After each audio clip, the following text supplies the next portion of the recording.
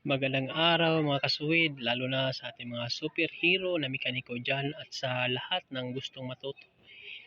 Ito po ang aking Kia Pride Sedan. So, yung huling video ko, yung mga nakaraang video ko, palagi akong nag-video tungkol sa aking sasakyan na nawala yung hazard, nawala yung nawala yung signal light sa kabila at saka parang nagluluko. At sinasabi naman na palitan ko raw ng ah, flash relay. Pinalitan ko na rin yung bulb dyan. Bulb dito sa front at doon sa likod pinalitan ko na. Ngunit wala pa ring nangyari.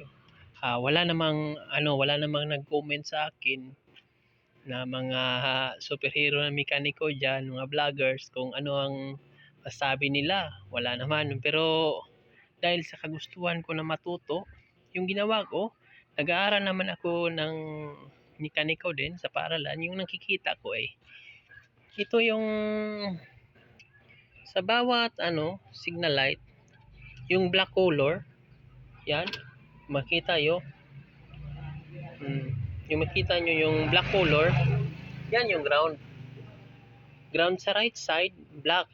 Dito rin sa left side, may black color din yan. Kaya ang ginawa ko, ginilitan ko ng kunti yung black wire ground at saka yung black ground wire doon sa bawat signal light. Ang nangyari, hindi pa rin gumana. Kaya kada araw iniisip-isip ko kung ano talaga yung problema, kasi bawat yun sa silid ng aking sasakyan, binaklas ko na, pero hindi ko pa rin nakita yung problema. So ngayon, ipakakita ko na sa inyo kung ano talaga ang nakikita kong problema. Ito mga kasuwi, dapat na matutunan nyo at hindi nyo ito makakalimutan, kasi ito yung pinaka nakakalimutan ko Bumili na ako ng flash relay bulb, pero akala ko dito lang sa side dyan at saka doon sa likod. Ito pala, mas mabuti pala dito na side. Huwag nyo kalimutan, i-open nyo to, tapos tingnan nyo, baka nag-rust lang yan. May rust lang yan sa ilalim at saka punder yung bulb. Kapag rust ang dumikit na sa bulb, masyadong nagkaka-ground na yan. Malaki na ang problema niyan. Tapos binaklas ko na ito. Ang nangyari, dito lang pala. Dapat wag kalimutan dito na magpalit din ng bulb, o kaya i-check nyo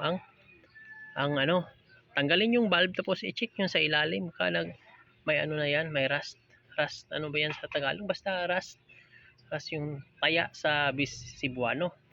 Tinanggal ko, inayos ko, kaya nakuha ko yung problema. Ngayon pakikita ko sa inyo kung gumagana na ba. Okay, let's go inside my car.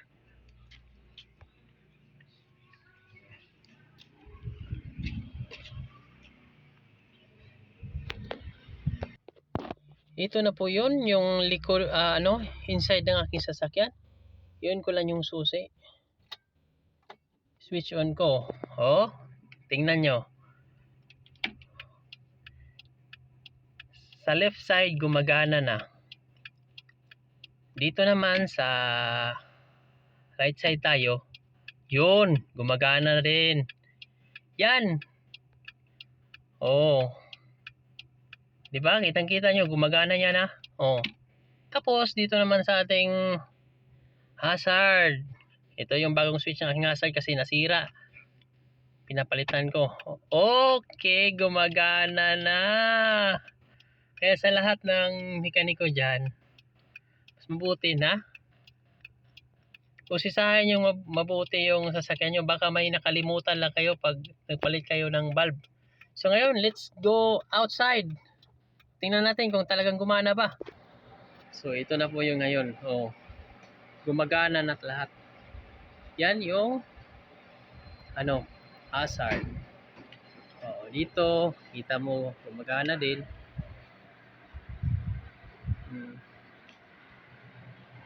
Yan. Hindi masyadong makita kasi basta gumagana ang aking hazard. Tapos dito naman sa side, kabilang side, oh. Mas makikita dito. Oh, oh, see? Gumagana lang hazard, hindi na nagluloko. Kaya, maraming salamat po. Ito lang po muna ngayon. Basta, huwag kalimutan. Baka may nakalimutan tayo. Kung valve ang pag-uusapan, mas mabuti magpalit tayo. Kahit maliit lang, hindi natin nakita pero may function din yan sa loob. So maraming salamat po. Kung itatanong ko, saan ako ngayon? Hi, ako po ito mga kasuwid. Ito lang po ang mapipayo ko sa inyo na gawin natin ang lahat para hindi tayo magbayad ng mahal at makamura tayo. Bye bye, see you in my next vlog.